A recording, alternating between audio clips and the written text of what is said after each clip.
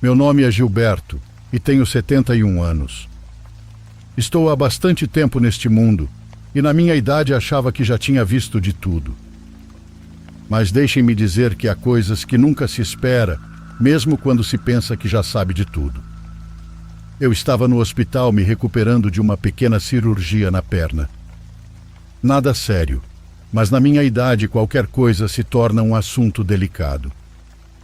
O hospital é um lugar onde prefiro não estar, mas lá estava eu, em uma daquelas camas desconfortáveis, passando o tempo como podia.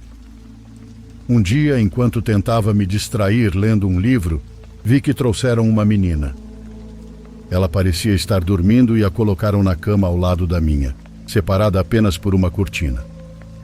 Pensei que seria uma internação rotineira, mas naquela noite as coisas tomaram um rumo inesperado.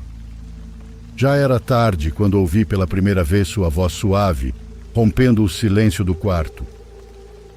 Senhor. Sua voz era baixinha, mas ouvi e abri os olhos. O quarto estava sendo iluminado apenas pela luz do corredor que se filtrava por baixo da porta. Limpei a garganta e respondi em voz baixa. O que foi, pequena? Houve um silêncio, depois mais uma vez sua voz. Estou com medo. Não tem problema, é só um hospital. Você vai ver que de manhã tudo estará melhor.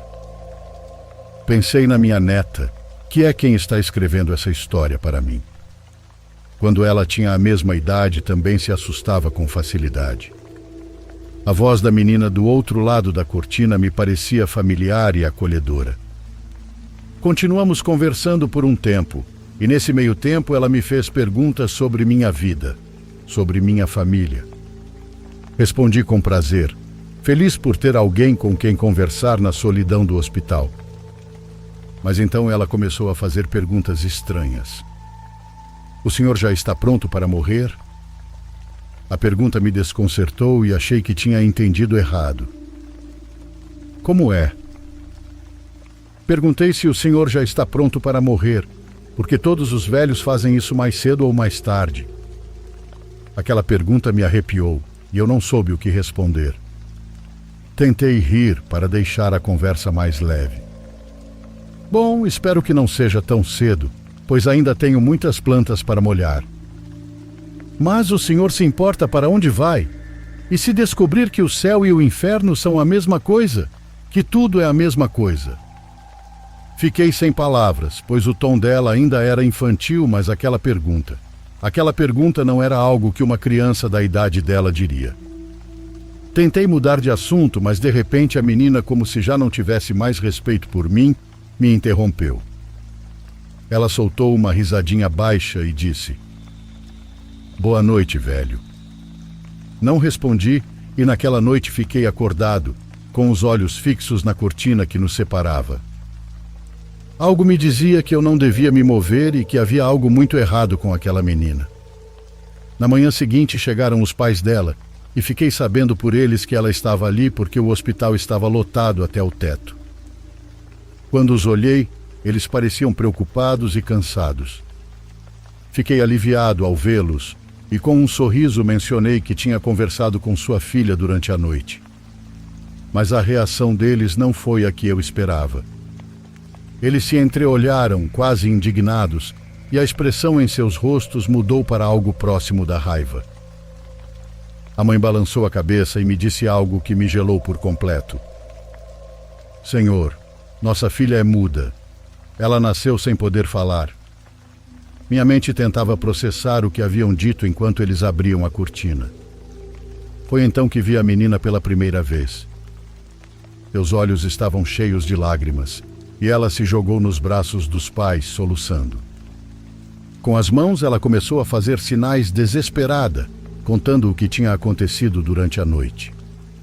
Enquanto a observava, notei como a expressão dos pais mudava de preocupação para um medo genuíno. O que foi? Perguntei, sentindo meu coração apertar no peito. Foi então que me explicaram o que sua filha tinha visto. Nossa filha diz que durante toda a noite, um homem esteve agachado sobre sua cama, olhando para ela e sorrindo. Uma figura preta, sem rosto, apenas com um sorriso retorcido. E que a noite toda esse homem esteve falando com o Senhor, usando a voz de uma menina. Não sei por quanto tempo fiquei em silêncio. A ideia de que alguém tenha se passado pela menina para falar comigo durante toda a noite me deixou sem palavras.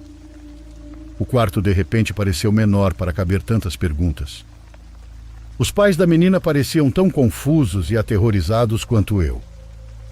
Não sabíamos o que fazer, pois como explicar o que tinha acontecido. A sensação de que algo, talvez diabólico, esteve presente ali era perturbadora. Nos dias seguintes tentei encontrar uma explicação para essa experiência. Falei com enfermeiros e médicos, mas ninguém tinha uma resposta clara. Alguns disseram que poderia ter sido uma alucinação, outros apenas deram de ombros, desconfortáveis com o assunto. Desde então vivo com a pergunta do que realmente aconteceu naquela noite. Gosto de pensar que o mundo é um lugar lógico, mas essa experiência me deixou com a certeza de que há coisas que escapam ao nosso entendimento.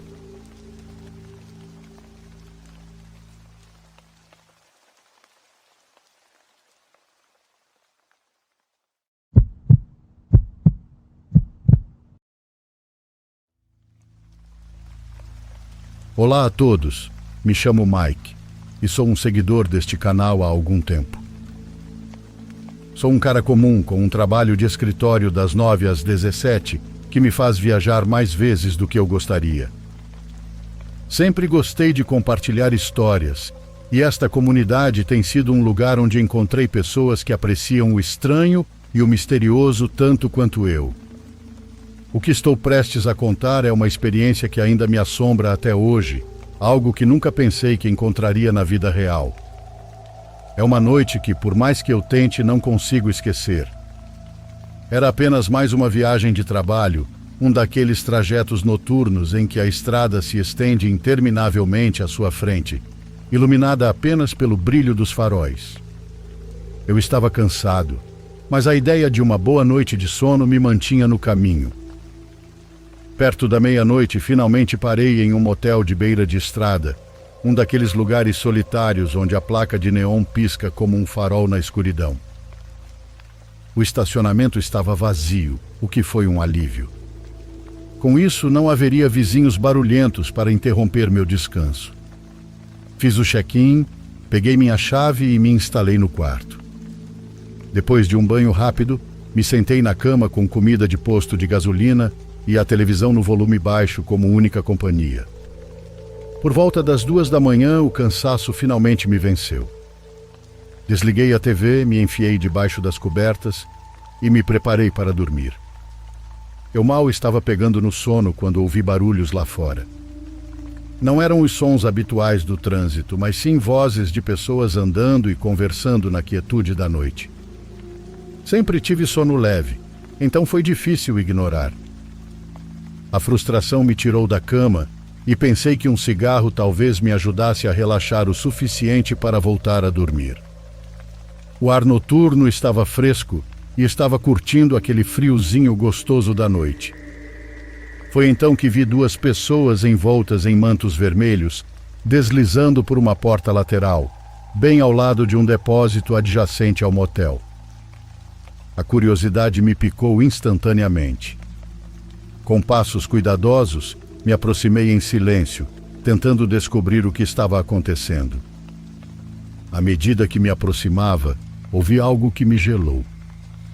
Ouvi vozes recitando cânticos em um idioma que eu não conseguia identificar. O som era rítmico, mas perturbador, como uma melodia sombria puxando algo profundo dentro de mim. Naquele momento soube que algo estava muito errado. Ao contornar a esquina do prédio, encontrei uma janela. Inclinei-me com cautela, olhei para dentro e naquele momento meu coração parou por um segundo. Lá dentro, sob uma iluminação fraca, havia um grupo de pessoas, todas vestidas com mantos vermelhos, paradas em círculo. Elas davam-se as mãos e as vozes subia e descia em um ritmo estranho. Me esforcei para ver o que havia no centro do círculo, e foi então que ouvi um grito. Era agudo, desesperado e cortava o ar como uma navalha. Virei-me e corri. Assim que cheguei ao meu quarto, agarrei as chaves com as mãos tremendo e tentei ligar o carro. As pessoas saíram do prédio e começaram a correr na minha direção. O medo me fez pisar fundo no acelerador, disparei para fora do estacionamento e vi as figuras desaparecerem à distância pelo espelho retrovisor. Dirigi por quilômetros com o coração batendo forte, até finalmente me sentir seguro o suficiente para parar e chamar a polícia. As autoridades responderam rapidamente e enviaram unidades ao local, mas quando chegaram lá, não havia ninguém. O que encontraram dentro era aterrorizante. Havia restos de ossos espalhados pelo chão, figuras de madeira com símbolos satânicos esculpidos, livros antigos com textos ocultistas e manchas de sangue por toda parte. As evidências de sacrifícios, tanto humanos quanto de animais, eram claras. Nunca encontraram suspeitos nem o dono do motel porque, segundo os registros, a propriedade ainda estava em nome de um homem que havia desaparecido há mais de 5 anos. A polícia assumiu o controle do local e o fechou, pois a investigação revelou que o motel havia sido palco de múltiplos crimes. Eles até tinham uma teoria de que a seita usava moradores de rua para seus rituais. Ainda penso naquela noite e no quão perto estive de me tornar parte de algo sombrio. É uma história que nunca pensei que viveria para contar, mas aqui estou compartilhando com vocês. Cuidem-se na estrada e nunca ignorem aquela sensação no estômago que diz que algo não está certo. Obrigado por me ouvirem.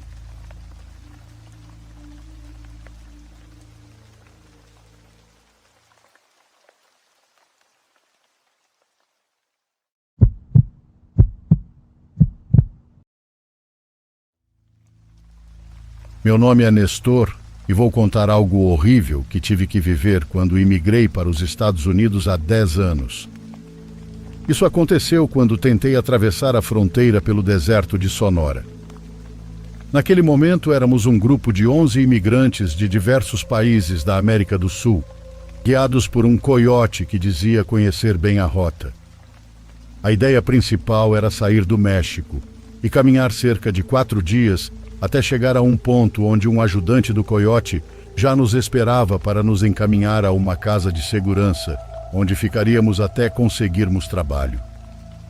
Naquela travessia caminhamos à noite, nos escondendo durante o dia para evitar que a imigração nos pegasse.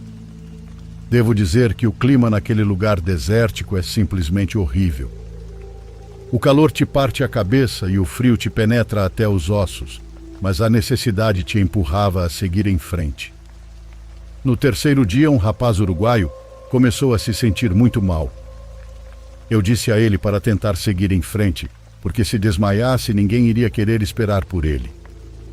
Felizmente, esse rapaz conseguiu recuperar forças com um pouco de água e comida que dei a ele, e assim pôde seguir adiante. Naquela noite, acampamos entre as rochas. Todos nos sentamos e jantamos o pouco que nos restava, para depois tentar dormir algumas horas antes de acordarmos e continuar caminhando. Todo o grupo de imigrantes estava muito tranquilo, quando à distância vimos como 4 pessoas se aproximavam de nós.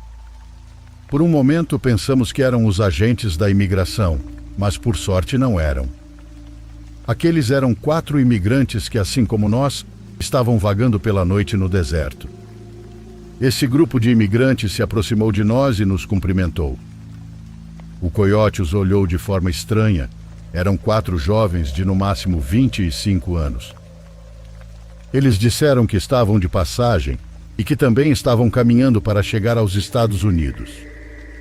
O coiote perguntou se estavam sozinhos e um deles respondeu que sim. Um dos acompanhantes dele sabia o caminho e estava guiando o grupo pela rota. O guia achou estranho, mas deu a eles a chance de ficar conosco e passar a noite. Lembro-me que naquela noite, eles se sentaram conosco e conversamos tranquilamente. Os 4 rapazes eram do sul do México, se não me engano. Já fazia alguns dias que eles tinham partido e estavam prestes a chegar aos Estados Unidos. Tudo parecia estar bem, até que notei algo estranho. Bem, todos nós notamos algo estranho nesses homens.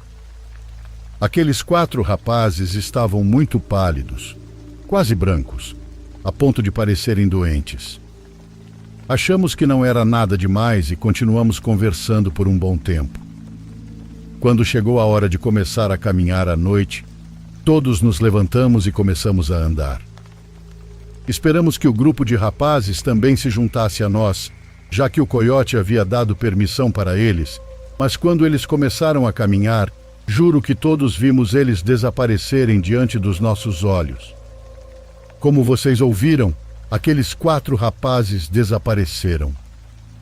O coiote disse que já suspeitava que aqueles 4 homens eram almas penadas de imigrantes que não conseguiram atravessar para o outro lado e que, por pura sorte ou má sorte, nos encontramos com eles no meio do deserto.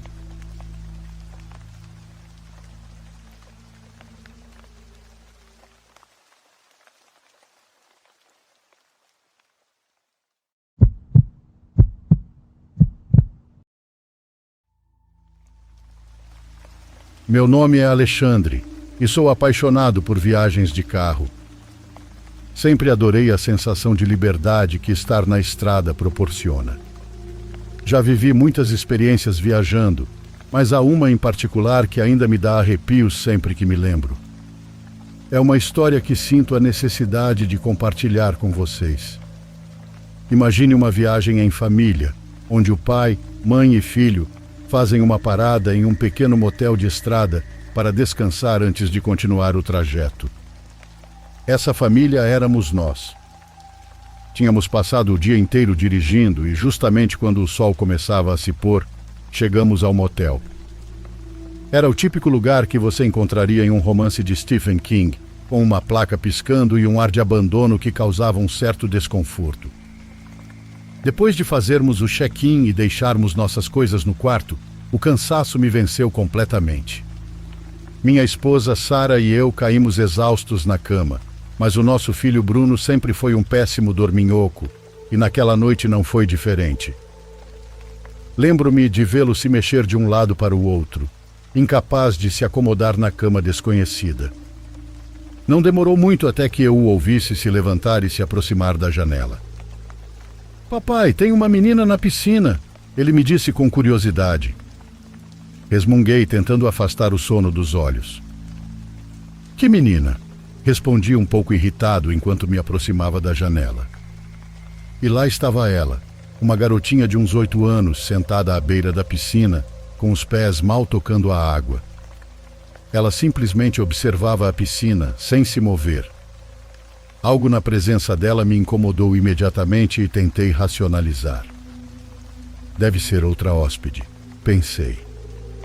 Então voltei para a cama e disse ao meu filho para se deitar novamente, mas ele não me obedeceu. Em vez disso, ele acenou para a menina.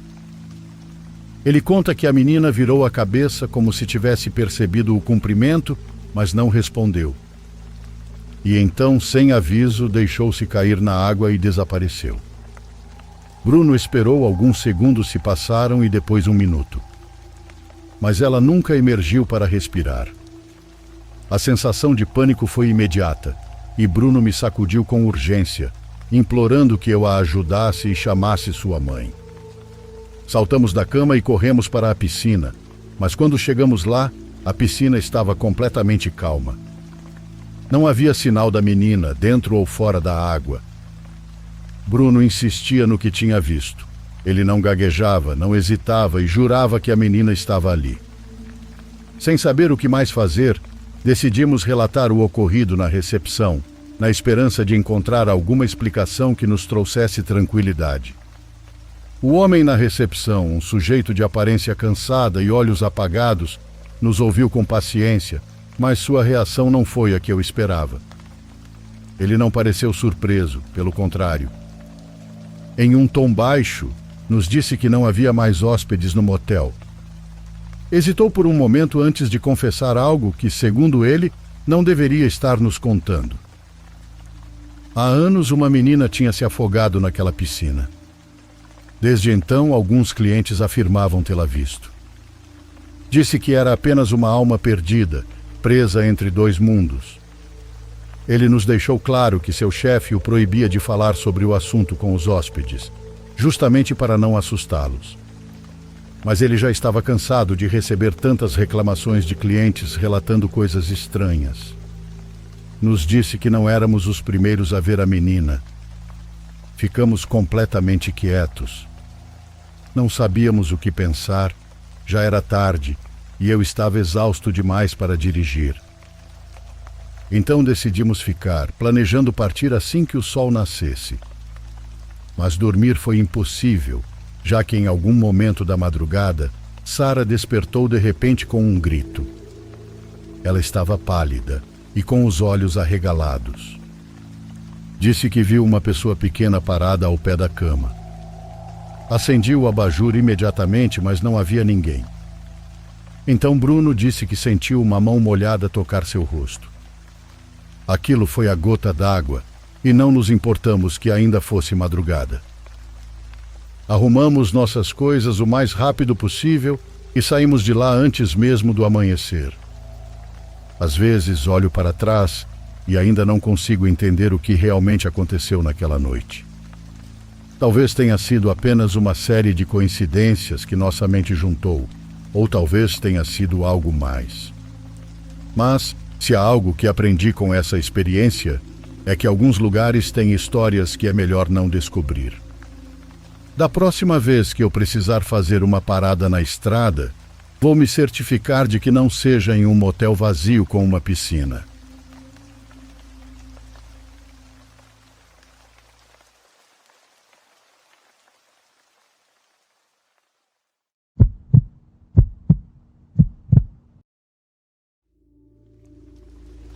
Sou uma mulher de 40 anos com uma paixão por viagens de carro e visitas à família sempre que posso.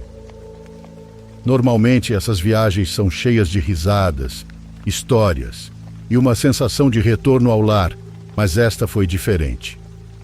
É uma história que preciso compartilhar, não apenas para aliviar minha mente, mas para lembrar aos outros os perigos inesperados que podem espreitar nos lugares mais comuns. Tudo começou em uma longa viagem de volta para casa, depois de umas férias maravilhosas na casa da minha irmã. Minha mãe ainda me acompanhava, pois seu espírito ainda era tão jovial como sempre. Compartilhamos lembranças durante o trajeto, mas com o passar das horas o cansaço começou a pesar. Decidimos procurar um lugar para descansar durante a noite e encontramos um motel de estrada que à primeira vista parecia inofensivo, pelo menos para um olhar inexperiente.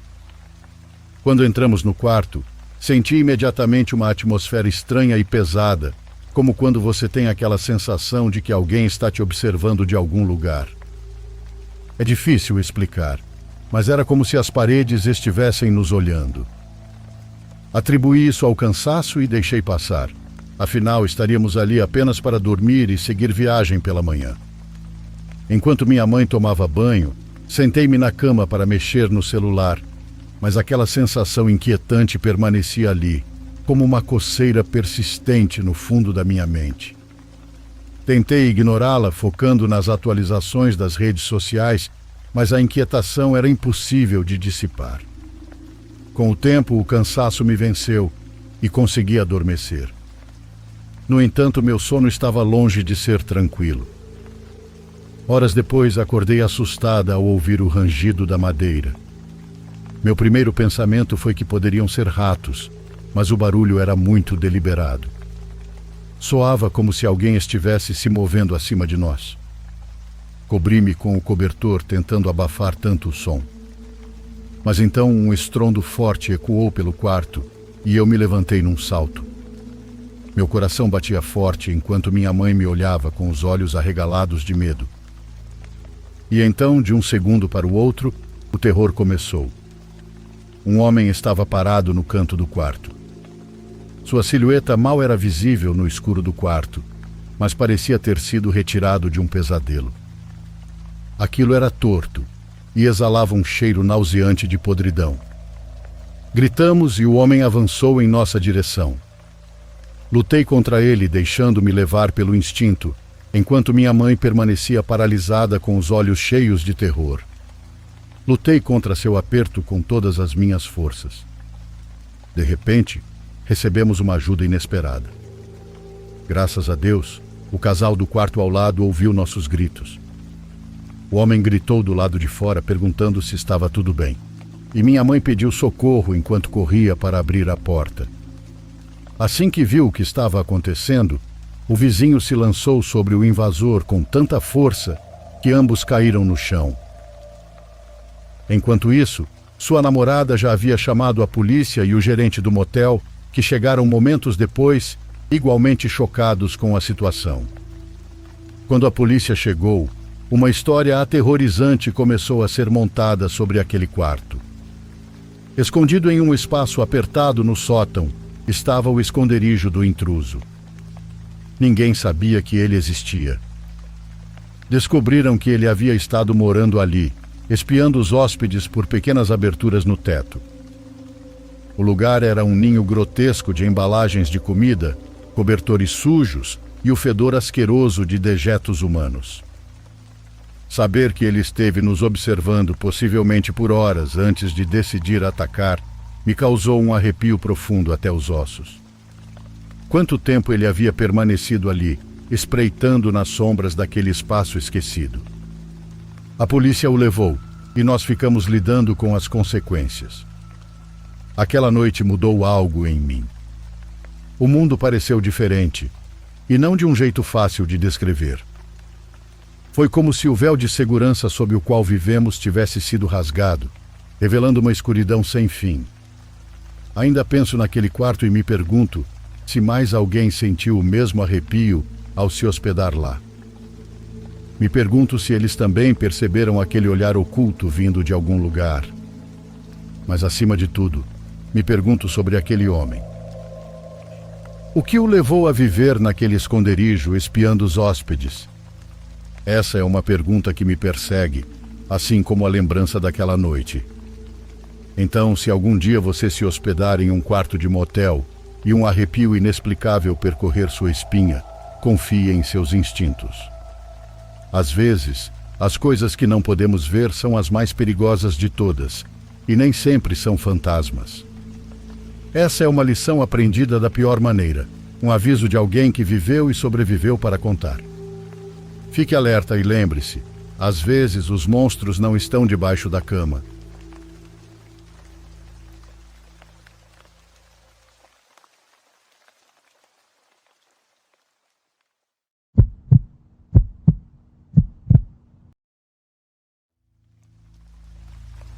Eu moro no meio do nada. É uma terra plana e estéril, com fazendas por quilômetros em todas as direções. Há uma estrada principal que não fica muito longe de mim, e essa é praticamente a única via pavimentada por aqui. Todo o resto é estrada de terra, ou com sorte de pedras. A cidade mais próxima fica a 20 minutos daqui, mas nem pode ser chamada de uma cidade de verdade. De qualquer forma, tenho 44 anos e estou aposentado, então passo a maior parte dos meus dias em casa. Era um dia comum e normal para mim. Estava chovendo assim como havia estado durante toda a última semana, e eu estava dentro de casa, seguindo minha rotina.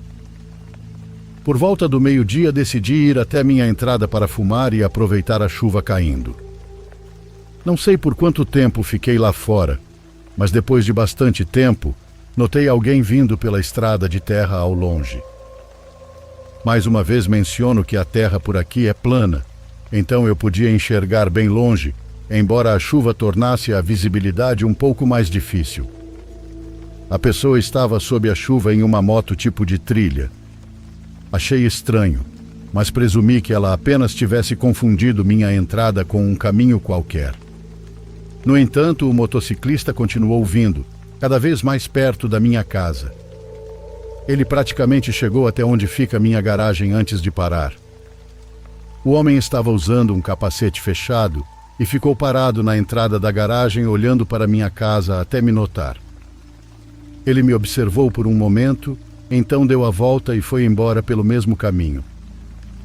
Essa foi, sem dúvida, uma das interações mais estranhas que já tive na minha propriedade. Ninguém nunca vem aqui, porque primeiramente não deveria vir. Tive que presumir que foi apenas um engano. Fiquei do lado de fora por mais um tempo, mas então a chuva e o vento começaram a aumentar, então voltei para dentro. Quase esqueci completamente daquela visita inesperada. Fiz outro copo de café e continuei relaxando em casa. Passei um tempo no telefone com meu irmão e até tirei um cochilo. O dia estava tranquilo, sem tarefas ou afazeres pela casa, e por volta das 20 horas a chuva mudou de repente. Relâmpagos e trovões tomaram conta do céu e a chuva forte batia impiedosamente no telhado velho. Mesmo assim, no meio daquele barulho todo ouvi um som distante de motor pesado lá fora. O som era idêntico ao da moto que tinha passado por aqui mais cedo. Fui até a janela da frente e vi um farol cortando a névoa e a chuva.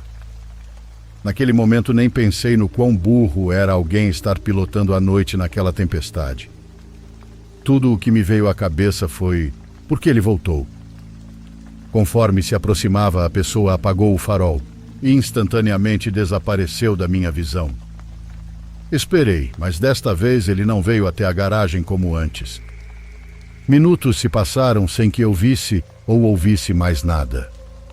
Para onde ele tinha ido? Infelizmente, situações como essa não são fáceis de reportar para a polícia. Eu estava por conta própria, então peguei minha espingarda no quarto, que eu só mantinha para defesa pessoal.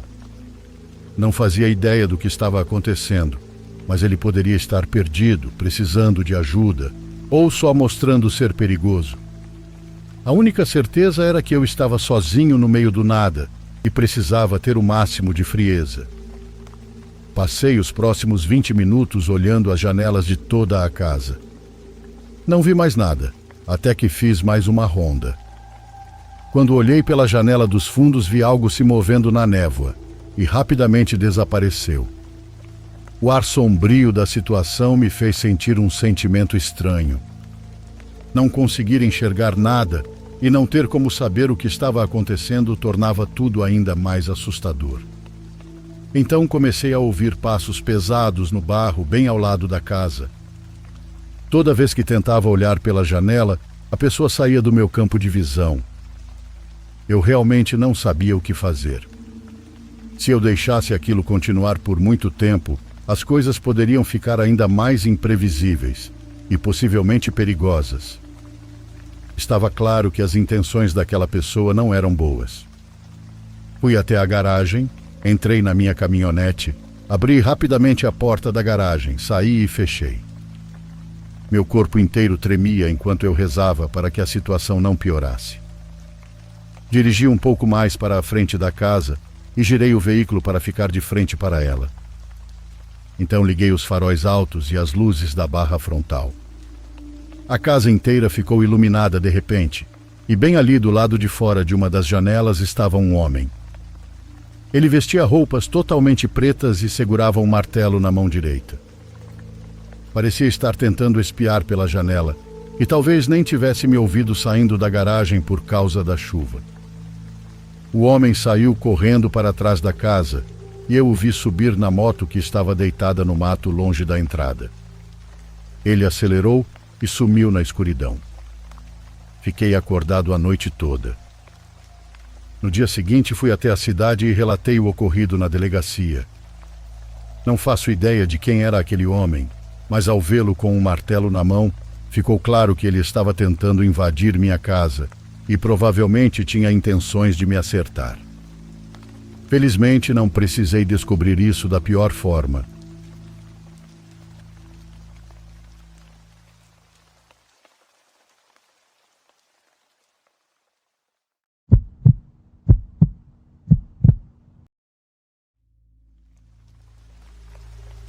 Com esta história, quero dizer duas coisas a vocês. Primeiro, tenham muito cuidado com quem convidam para suas casas. Segundo, nesses dias, especialmente na noite de Halloween, o mal está mais perto de nós. No ano passado, fui convidado para uma festa de Halloween na casa de uma amiga da minha prima. Foi a primeira vez que participei de uma festa à fantasia e a empolgação tomou conta de mim em exagero. Passei horas escolhendo minha fantasia, imaginando como seria a noite, e ao chegar a festa superou todas as minhas expectativas. A casa estava decorada com teias de aranha penduradas no teto, enfeites e até manequins espalhados por todos os lados. Havia também luzes piscando em tons de laranja e roxo e figuras de fantasmas balançando nas árvores do quintal. O cenário era digno de um filme, perfeito para uma festa de Halloween. Uma mistura de risadas, música e conversas enchia o ambiente, criando uma atmosfera caótica, mas muito divertida. No meio da festa, eu estava na varanda conversando com uma garota que havia acabado de conhecer. Ela era muito amiga da anfitriã e desde o primeiro momento tivemos uma conexão. Eu não sou muito bom em conhecer pessoas, mas com ela foi diferente. Tudo fluiu naturalmente e estávamos nos dando muito bem. O ambiente ao nosso redor estava carregado de uma energia contagiante da festa. A música estourava pela casa e as luzes coloridas projetavam sombras que pareciam se mover por conta própria, como se houvesse muito mais pessoas do que as que realmente estavam ali. Entre risadas e olhares, algo interrompeu nossa conversa. Da varanda podíamos ver a rua e lá, sob a luz fraca de um poste velho e amarelado, havia uma figura imóvel, uma mulher fantasiada. Parecia congelada, observando o interior da casa. Ela vestia um vestido antigo com manchas de terra. Seu cabelo preto e sujo ia até a cintura e cobria todo o rosto, ocultando qualquer traço que pudesse identificá-la. Era uma fantasia perfeita. Parecia ter acabado de sair de uma cova. Primeiro senti muito medo ao vê-la, mas logo racionalizei. Era alguém que queria fazer uma entrada dramática, ou que talvez estivesse com vergonha de entrar. Isso me fez me identificar com ela. Perguntei à garota se conhecia aquela mulher, mas ela negou com a cabeça. Sem combinar nada, ambos gritamos para que ela entrasse, que se juntasse à festa. A figura reagiu, movendo lentamente os pés pelo asfalto, atravessou o portão e desapareceu na sombra da entrada. Descemos da varanda quase correndo para encontrá-la entre a multidão e cumprimentá-la. Percorremos a sala principal, procurando entre as fantasias e máscaras que iam e vinham. Perguntamos a várias pessoas se a tinham visto entrar, mas todos disseram que não. A confusão começou a pesar no meu peito. A garota e eu nos olhamos, tentando encontrar uma resposta. Nos separamos para procurar melhor. Eu revisando os corredores, os quartos próximos e até mesmo o jardim nos fundos, mas nada. A música continuava alta e os outros convidados pareciam se divertir sem notar nada de estranho. Sentia o ar ficar denso, como quando se sente uma tensão no ambiente. Cada canto revisado sem sucesso fazia aquela sensação de que algo estava errado se intensificar. Finalmente aceitamos que a pessoa não estava na casa. Era como se ela nunca tivesse estado ali, como se nossa mente tivesse pregado uma peça. Engoli em seco, tentando afastar o desconforto. A festa continuou e, embora eu tentasse recuperar o ânimo, a inquietação não me deixou em paz o resto da noite. Uma semana depois, aquela garota que conheci e com quem estava em contato desde a festa me ligou. Sua voz, sempre alegre como a conheci, agora era completamente triste. No começo, não entendi o que ela dizia, pois as palavras se atropelavam em meio ao choro, mas quando conseguiu se acalmar um pouco, me contou que a mãe de sua amiga, dona da casa onde foi a festa, havia falecido na noite anterior, infarto fulminante. Não houve tempo para despedidas nem para processar o que estava acontecendo. Foi rápido demais. Tentei consolá-la, dizendo que as coisas acontecem sem motivo, que não havia relação entre a aparição estranha e o que aconteceu com a senhora, mas ela já não me ouvia. Ela me confessou que sua amiga sempre falava sobre a proteção que a mãe mantinha em casa. Era uma mulher bem-sucedida, mas também rodeada de invejas, rumores de feitiçaria que enviavam para atacá-la. Diziam que havia gente que lhe desejava o pior. A garota me sussurrou com medo em cada palavra que talvez, ao convidar aquela figura para entrar na casa, tenhamos rompido algo, uma barreira que não devíamos atravessar, e que o que deixamos entrar tinha sido enviado para cobrar uma dívida. Depois daquela ligação, a garota deixou de falar comigo. Era como se minha voz fosse um lembrete da noite em que tudo mudou para ela. E embora eu tente, nunca consegui me livrar da sensação de culpa. Não sei se o que vimos e fizemos foi o início, o catalisador de algo maior, algo que selou o destino daquela mulher. Diferente de muitos que compartilham suas histórias, eu desejo ser cético. Preciso acreditar que o que aconteceu não foi, nem de longe, nossa culpa.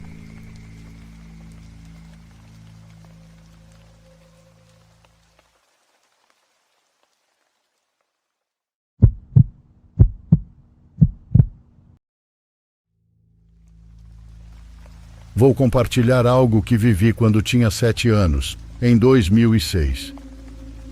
Ainda me lembro muito bem e, por mais que pareça uma fantasia, acreditem, estou totalmente certo de que foi real. Sou de Comitán de Domínguez, uma cidadezinha do México. Nunca conheci meu pai, que morreu antes de eu nascer, e desde que me lembro, o companheiro da minha mãe era o Amauri. No início ele nos tratava muito bem, mas com o passar dos anos, o problema dele com o álcool foi piorando cada vez mais. Quando ele nos ameaçou de maneira muito grave porque pedimos que parasse de beber, minha mãe soube que precisávamos sair de lá. Porém, ela tinha muito medo de Amauri. Na verdade, todos nós tínhamos muito medo dele. Minha pobre mãe aproveitou um momento em que ele saiu para comprar mais bebida e, com o que conseguimos colocar em uma mochila, fugimos. Fomos para a casa de uma tia da melhor amiga da minha mãe.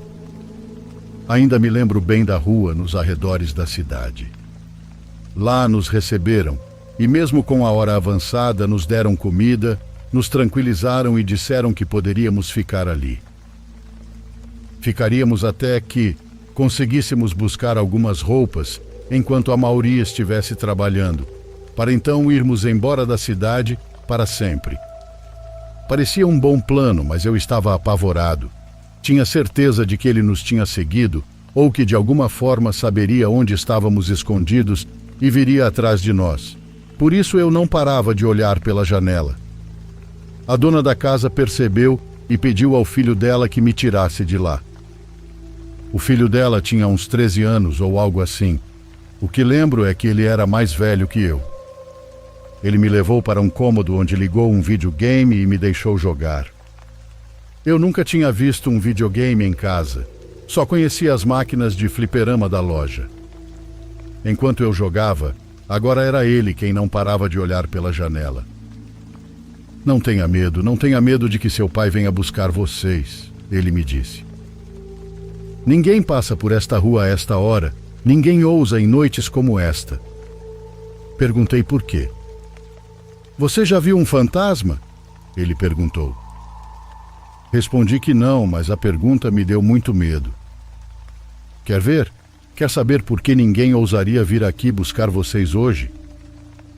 Por instinto respondi que sim, mas agora me arrependo. Olha, vão colocar vocês no quartinho do fundo, ele indicou. Deixe a porta entreaberta. De madrugada eu venho e te faço um sinal. Tenho certeza de que você vai acordar porque vai ouvir os cachorros latirem. Comecei a sentir muito medo e me arrependi, porém não disse nada. Já era madrugada. Não me lembro que horas eram porque não olhei, mas senti que tinha dormido muito quando os cachorros começaram a latir ao longe. Abri os olhos e percebi que a porta estava, de fato, entreaberta. O último que me lembrava era de tê-la fechado por completo. Ouvi o sinal e vi o menino espiando pela fresta da porta. Levantei-me, o segui e fomos até uma janela que dava para a rua. Ele me disse para me agachar com ele. Estávamos escondidos e ele me falou para não fazer barulho. É melhor que ele não nos veja. Espere, eu aviso quando você pode olhar. Os latidos dos cachorros ao longe pararam, mas o cachorro da casa começou a latir. Não parecia estar perto, como se estivesse na entrada da casa. Ele estava no fundo do quintal, escondido em sua casinha. Não grite, senão ele vai olhar para nós. Está pronto? Eu te aviso, o menino disse. Eu não respondi, estava apavorado. Ele me olhou e disse: Você não precisa olhar se não quiser. Espere até ele passar. Eu aviso quando ele for embora e você corre para o quarto. Mas algo em mim quis ser corajoso. Pensei que se visse algo pior que a Mauri, não teria tanto medo dele caso o encontrássemos de novo. Quero ver, falei. Ele disse apressado: Olhe, ele está indo embora. Me espreitei para olhar e juro que o menino teve que tampar minha boca porque eu estava prestes a gritar. Na rua passava um homem vestido como qualquer outro do povoado, mas havia algo aterrorizante: sua cabeça. Ele não tinha a parte de cima da cabeça. Dava para ver que ela ia só até acima da boca, e o que me fez saber que não era imaginação foi quando ele olhou em nossa direção e o vi com total clareza. O menino e eu saímos correndo. Os cachorros começaram a latir, e o cachorro da casa correu até a entrada, como se alguém estivesse entrando. Corri para o quarto onde minha mãe estava, tão assustado que me encolhi ao lado dela e me cobri com os lençóis. Ela estava tão cansada que nem acordou. Ouvi a dona da casa brigando com o menino, dizendo que ele não deveria ter me acordado para ver aquilo, como se já soubesse do que se tratava. Ela brigou feio com ele. Depois de um tempo, os cachorros se calaram e o sono me venceu, apesar do medo. De manhã ninguém comentou nada, como se nada tivesse acontecido. Mas em um descuido, o menino me disse que me explicaria tudo à noite. No entanto, naquela tarde, avisaram que a Mauri havia saído e fomos buscar nossas coisas na casa, o que cabia em 2 malas. Naquela mesma noite fomos para um município chamado Ocozingo, onde ficamos por 2 semanas com uma prima da minha mãe, até nos mudarmos para Tabasco, onde moramos até hoje.